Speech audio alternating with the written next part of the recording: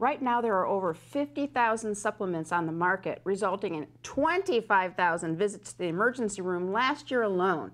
So are any supplements safe? Dr. Matthew Franz has joined us in the MetroHealth studio to add up the cost of biologics to your wallet and your well-being. Dr. Franz is in family medicine with MetroHealth. So welcome back to the show. Thank you. We do spend a lot of money on supplements, don't we? Absolutely.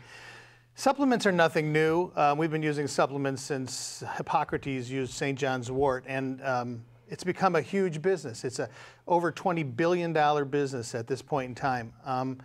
People have fallen in love with supplements. They feel that, you know, the more natural the supplement, the better it is for you. And that's not always the case, because the efficacy and the usefulness of these medications just aren't proven. Okay, so the FDA, the Federal Drug Administration, doesn't actually oversee the supplements? Well, it's interesting. Back in the 60s, when thalidomide came out, the law came out after that all over-the-counter medications and all medications themselves have to be regulated by the government.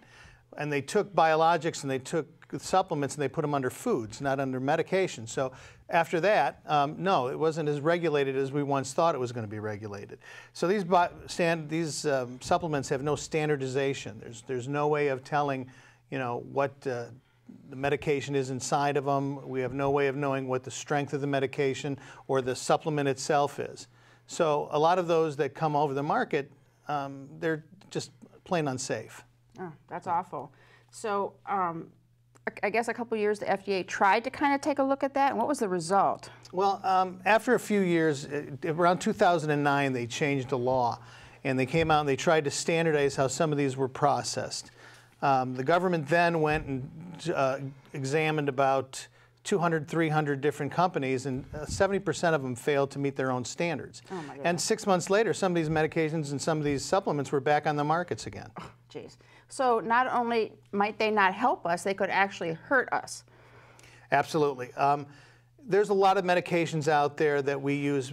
Some of the medicines or some of the supplements are used for problems that we don't have good answers for in medicine, such as, you know, tiredness and erectile dysfunction and you know, for male pattern baldness and all these other things. And so the biologics tend to sneak in at those opportune places, and those are the ones that become more dangerous. Weight loss drugs specifically are very dangerous and shouldn't be used by anybody. So is anything safe?